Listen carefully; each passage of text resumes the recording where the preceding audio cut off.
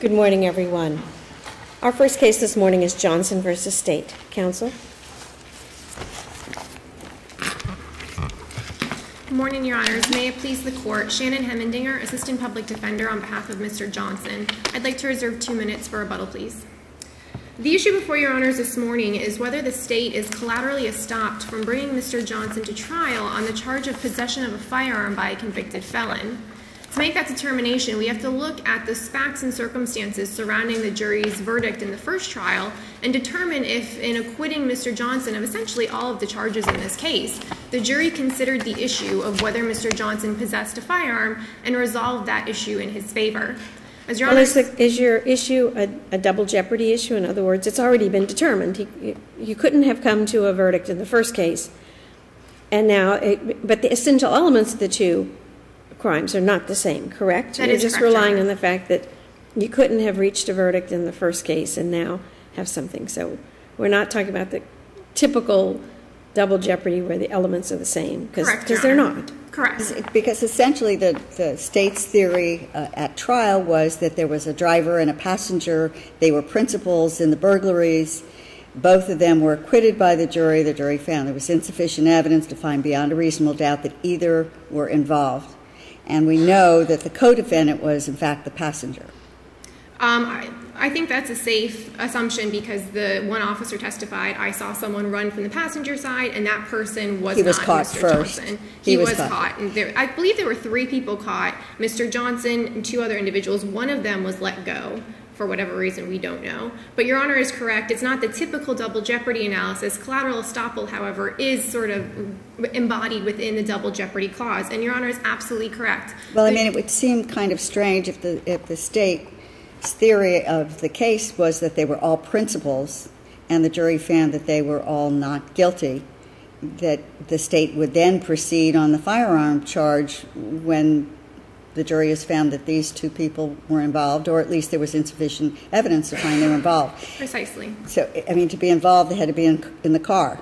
To be involved, they had to be in and the car. Only the front seat occupants, which would be the driver and the passenger, would have constructive possession of a firearm that's between the 2 seats in the front seat. Right, So exactly. even if there was potentially a third person in the back seat, I'm not so certain that that third person could have constructive possession and knowledge of a firearm in the front seat. And Your Honor, even if there was a third person in the back seat, the State never alleged that third person was Mr. Johnson. The State's theory, as Your Honor correctly noted, Mr. Johnson was either the purse snatcher or the getaway driver. And according to the State, But if there was a third person in the car at any time, and one of the witnesses said, I'm not sure, I think there was a third person in the car, there isn't anything to say that the person that was in the back seat at some point in time wasn't in the front seat, or the person in the front seat, some passenger seat at some point, they didn't switch positions. Exactly. So wouldn't that be something that could be argued and testimony brought in the second matter? Because it's not been precluded in the first. I mean, we only had one defendant here. Mm-hmm. What would preclude that from coming in the second trial with regard to possession of the firearm? Simply that, Your Honor, there was no evidence introduced from which the jury could have based its acquittal on that. The jury's acquittal was based on the fact that Mr. Johnson was not in that car. How do we know that? Because the only the only issue in this case was identification. Undisputed, the defense conceded these burglaries took place, these women's purses were stolen. Well, perhaps they didn't believe he had anything. We don't know what the jury's thinking. Well, we know that the jury believed I'm sorry, Your Honor. They decided he wasn't guilty of this crime. The jury decided he wasn't guilty because the jury decided he was not involved. I'm not so certain that that's a proper characterization of the verdict. The issue was that none of the victims could identify any of the occupants of the car. So they couldn't say that any of these people were, in fact, the people who committed the burglary because none of them could identify anyone. So they didn't make a finding they were in the car or not in the car. They just said there's insufficient evidence based upon the fact they couldn't identify anyone and there's no property found on any of them. And so they couldn't find beyond a reasonable doubt that they were guilty. Because of the identity issue, though, Your Honor. And I would cite they didn't say they couldn't say he was in the car or not in the car. They just said they couldn't say that any of these were the burglars. But The burglars were the people in the car. The burglars stole a purse containing a firearm. The burglars then committed another burglary with a firearm. But the verdict doesn't say they weren't in the car. The verdict says we cannot determine beyond a reasonable doubt that they were in the car and they committed the burglary. But that verdict is based on the facts that the burglars were in the car. The burglars stole a purse containing a firearm. I think we're maybe arguing semantics. You're saying they found that he wasn't in the car. What I'm saying is they found the state couldn't prove that they were in the car. And I think that's different. But, Your Honor, the bottom line comes down to the fact that if he wasn't in the car, whoever was in the car had possession of a firearm. If Mr. Johnson wasn't in the car, Mr. Johnson did not have possession of a firearm. And I would point this court... Are you conceding that a backseat passenger would have constructive possession of the firearm? I think if there was evidence that there was a third passenger in that car, then the jury would have found, if there was evidence that Mr. Johnson was that third passenger, the jury would have found him guilty. The way the state argued this case, Your Honors, and the evidence it put forth at trial, if you believe Mr. Johnson had anything to do, was in this car, was a passenger, he's guilty. And the jury flat out rejected the state's theory that Mr. Johnson had anything to do with any of these smash and grabs, as evidenced by its acquittal on all of the charges related to all of the smash and grabs. I would refer this court to this court's 2004 decision in Morris, almost an identical factual situation. There, the defendant was acquitted of, amongst other things, armed robbery. And the only issue in that case, like here, was the issue of identification. The defense conceded that the victim was robbed, but maintained that the defendant was not the robber. And in ruling that that collateral estoppel barred the state from bringing the defendant to trial a second time, this court said, look, we don't dispute that, the defense didn't dispute that this crime occurred. But because the robber was the person who had the gun, and because the jury found the defendant wasn't the robber, the jury had to have found the defendant didn't have a gun. So the second trial judge, the trial judge that is faced with the motion for dismissal, the inquiry that trial judge conducts of the first trial goes beyond what Judge Wells was talking about in determining whether the elements are the same of the two crimes. There is an inquiry into the theory of the prosecution presented, the theory of the defense presented, and then is there a reasonableness analysis? What analysis does the second trial judge undertake to determine whether the general verdict rendered in the first trial somehow precludes the prosecution in the second trial? The analysis the trial court has to undertake, he has to look at all of the facts, as Your Honor noted, all of the facts and circumstances surrounding the verdict and determine whether the issue that the defendant seeks to foreclose, in this case the possession issue, was actually decided in the jury's verdict. So we have to look and say... What's our standard of review when we review that determination? Because the judge here did that and said, no, I don't think the trial on possession of the firearm here is precluded by what happened in the first trial. So what is our standard of review on his decision, that decision? Your Honor, I think that whether or not the state is barred from retrying a defendant based on collateral estoppel would present a question of law, which would be de novo. Yeah, but but doesn't that contradict what you just said regarding the scope of the second trial judge's inquiry? And I mean, I understand this, how Your Honor... It's more than just a question of law, right, that the second trial judge is looking at. The facts, and it's an interesting question since we're here on a writ of prohibition and not necessarily a direct appeal. I can see where there would be some look to whether or not the trial court abused his discretion, and if that Which is perhaps problematic because, in other words, this is a first bite at the apple. If there's a conviction in the second one, I imagine there's going to be an appeal on the exact same grounds. So the question is whether a writ of prohibition is appropriate in this circumstance to start with. And I did cite a case in the petition, Your Honor. I believe it's Jones, and forgive me, I'll double check for my rebuttal, but I believe it was Jones. And actually another one, Delorius, the 2015 case where the defendant did raise the issue for the first time on direct appeal. Wasn't Morris? Wasn't Morris a... Morris is from this court, Your Honor. Right, but wasn't that a prohibition case? That was a prohibition, yes. And the Delorius court said, this is okay on direct appeal because it involves double jeopardy, which thereby implicates fundamental error, but the more proper remedy would be by filing a motion to dismiss. If we were to look at this in terms of whether the trial court abused his discretion, then the answer would be yes, he did, Your Honor, Your Honors, because... The question again on prohibition is this is a discretionary writ, is it not? This court does have discretion to issue the writ, yes, Your Honors. And again, it's our position that the jury believed these crimes were committed. That's the only basis on which the jury could have based its verdict, because the defense conceded that they were committed. The only issue was who committed them. The burglars stole a gun. The burglars committed another burglary with a gun. If Mr. Johnson wasn't the burglar, one of the burglars, Mr. Johnson, didn't have a gun. That finding is necessary and inherent in the jury's verdict. Unless he was sitting in the back seat. At some point he sat in the front seat. If he was sitting in that car during the course of these burglaries, Your Honor, he should have been found guilty as a principal. And let me follow that a little bit.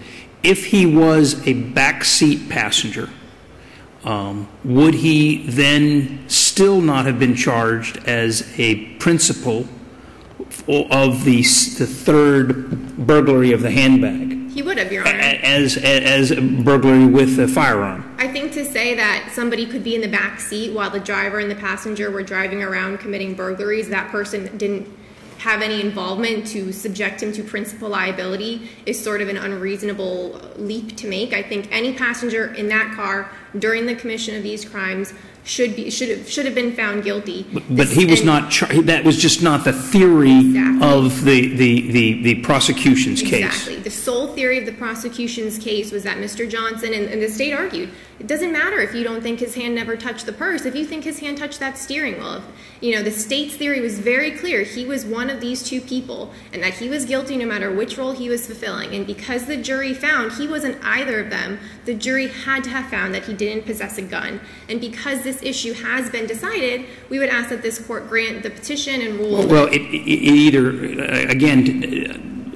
may be semantics, but isn't the test not whether it was decided, but whether it was decided or could have been decided in the first prosecution? Because in this case, what you're suggesting is that because of the state's theory of prosecution in the first case, there could be no prosecution of the second case, the possession of a firearm by a felon. However, I think what at least what I understand is being discussed is that if the theory in the second case is that that Mr. Johnson was a passenger in the back seat, something that was not part of the theory of the prosecution in the first case, that he nevertheless could be convicted if the jury were to find that set of facts. So what you're suggesting is that the issue preclusion or the collateral estoppel would also encompass any theory that the state could have pursued in the first case. Your Honor, I'm sorry, I'm just trying to make sure I fully understand Your Honor's question. The state cannot, because there was no evidence from which the jury could have concluded he was a passenger, there was no evidence for the jury to base its acquittal on that issue. If the jury had based its acquittal on some issue other than the possession, which it couldn't have, if that was possible, which is evident in some of the cases cited by the state in Wade and Harris, if it's possible that the jury's verdict was based on something unrelated to the possession of the firearm, then the state could go to trial on that theory. But because here there was no other basis on which the jury could have based its verdict, its acquittal, without deciding the issue of the possession, there's nothing. The state cannot go to trial. That issue has been litigated. It's been decided and resolved in Mr. Johnson's favor. So I would save the rest of my time if I have any left for rebuttal. We have none, but we'll give you some on rebuttal. Thank you very much. Good morning. May it please the Court. Jacob Adicott on behalf of the state. It's the petitioner's burden to prove not that the jury considered this question, but that the jury actually necessarily determined that the petitioner did not have a firearm in this case. What would potentially be your theory of prosecution in this case on the firearm charge? Going forward with it's not the state's position today how strong the case is going forward. Well, it's not a matter of strength. I'm asking you what would be your theory of prosecution. At least the state has constructive possession, as the petitioner can be tied to the vehicle, as there was Bolo matching him to that vehicle that had a gun in it. There is evidence that there was 3 people in that car. The victim testified there was a shadowy person, and as Judge Wells pointed out, you don't know whether these culprits switched seats or not. And there were 3 separate incidents at 3 separate gas stations with 3 separate victims. Why would that fact have mattered, given the charge in the first case of that Johnson was acquitted on, burglary with a firearm? Why would that have made any difference, whether he was sitting in the passenger seat, the driver's seat, or the back seat, if the jury concluded that he was he was in the car? Weren't they instructed that they had to convict him of that count? Only if they found him guilty of aiding and abetting on the principal theory. Now, it's possible that the jury found that there was this passenger in the car that was the petitioner, and that he wasn't guilty of aiding and abetting. Therefore, he wasn't guilty for any of the charges except for the resisting charge. But let's back that up just so we can talk about the individuals. It appeared to me from reading the transcript that the theory of the prosecution and the finding was that the co-defendant was a passenger. We know the co-defendant wasn't the driver, correct? No, Your Honor, It's not correct from the evidence? I don't think from the evidence is conclusive as to which co-defendant was where at a certain point, because there really was conflicting testimony as to who was running away. There was no identification as to who the driver was or who that third person was in the car. We have a shadowy figure, and we do have evidence that there was 3 people. But wasn't the evidence is that the co-defendant was at least a passenger of the car as opposed to being the driver? I don't know whether a front seat passenger or the back seat passenger, but not the driver? Correct, Your Honor. That there is evidence that you could say, a co-defendant was driving the car. Someone else was doing not driving. I thought there was evidence in this record that a co-defendant that was charged was a passenger in the car. Not correct. For some of the robbery, for at least one of them, I think the witness said jumped into the passenger side. But I think in another robbery, maybe 2 of them, the victim couldn't say. Right. There was no identification. Who got into what side of the car? Right. As far as I know, there was no identification of who the smash and grab culprit was and who the driver was. We have testimony that the smash and grab culprit was wearing either a dark hooded sweater or a black hoodie, and the other victim said that he was wearing a white T-shirt. So it could be different individuals that are actually committing the smash and grab. Well, actually, Maria Marin and Laura Foster said they saw the guy who stole their purse get into the passenger seat. But the third person, I think, couldn't see who got where. Correct. And the point is that if we look at the jury's verdict and the factual circumstances of this case, we can't say that the jury necessarily determined that the defendant did not possess a firearm. As at least one possibility, the petitioner could have gotten in the car at any point after the second robbery and had not known anything about these burglaries and accepted stolen property, which was that gun. And Counsel, from a practical perspective in the second prosecution, what issues, if any, would the state be precluded or stopped from litigating? All the charges that he was acquitted on. Okay, but if you could be more specific, could the theory of your case be that Mr. Johnson, during this burglary, was a passenger? Definitely, Your Honor. Okay. But he was again, he was acquitted though of burglary. If he was the front seat passenger, wasn't he acquitted of that charge? Well, we don't know at what time he was the front seat passenger or not, but if he was in that car, which that record demonstrates, can link this petitioner to that car with a firearm, and the jury found. This is speculating as to what the jury might have found, but a rational jury could find that he didn't aid and abet during this burglary or any of those charges. So, of necessity, he would have to be a passenger. Would you at least agree to that? He cannot be the driver because the driver is clearly a principal to the burglary and the driver's been acquitted. I don't think we can say that, Your Honor, because the jury still could have found that the driver didn't know that these burglaries were going on. It's possible. It's not as rational as the other explanation. Three burglaries in close succession, just moments apart, and the driver is completely oblivious that they're jumping in and out of the. Somebody is jumping in and out of the car and running back into the car with a gun and a purse. It's possible. Come on. If we look at this, you have to talk about reasonableness. Do we know? Do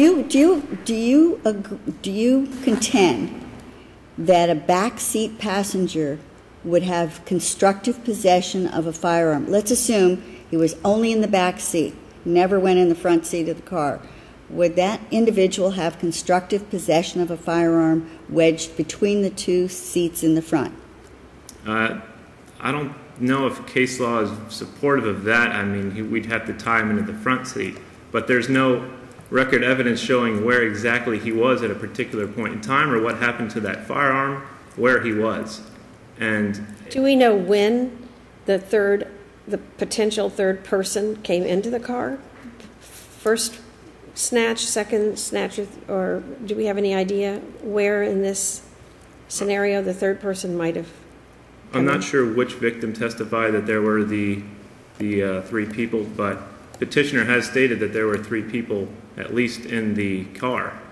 And I mean, it just, from what you're saying to us here today, it sounds like the whole thing is just a great unknown and such speculation that how would you ever proceed to a trial and try to convince a jury beyond a reasonable doubt that he had constructive possession of a firearm under all of these unknowns? well, I mean, you have to have a good faith belief that you can prove your case beyond a reasonable doubt before you can go forward. And if you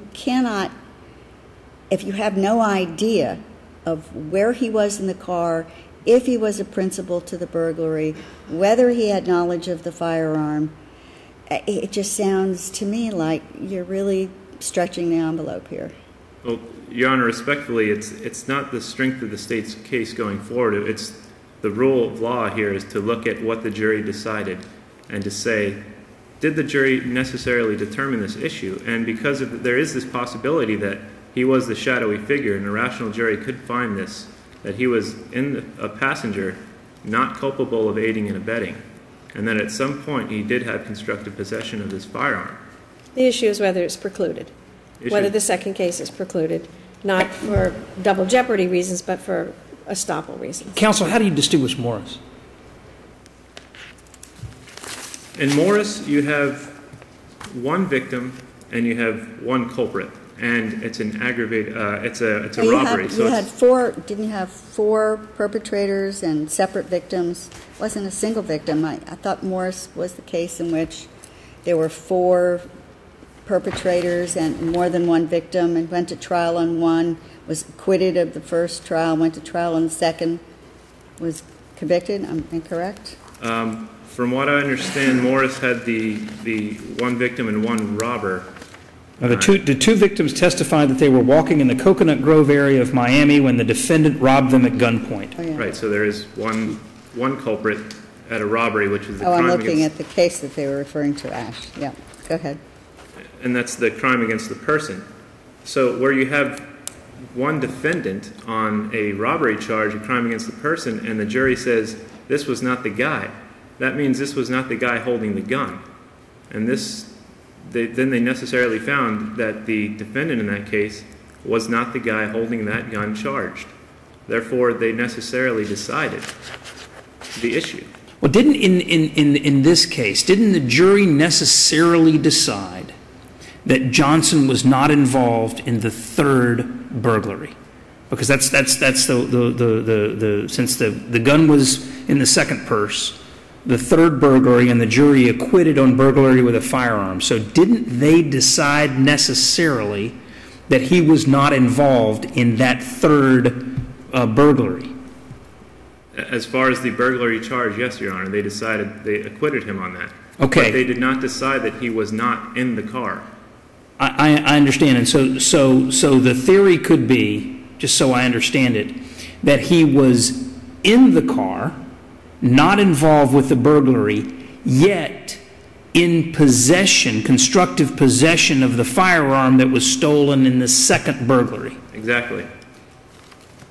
And that is a rational conclusion that the jury could have reached. And we don't know why the jury acquitted the petitioner.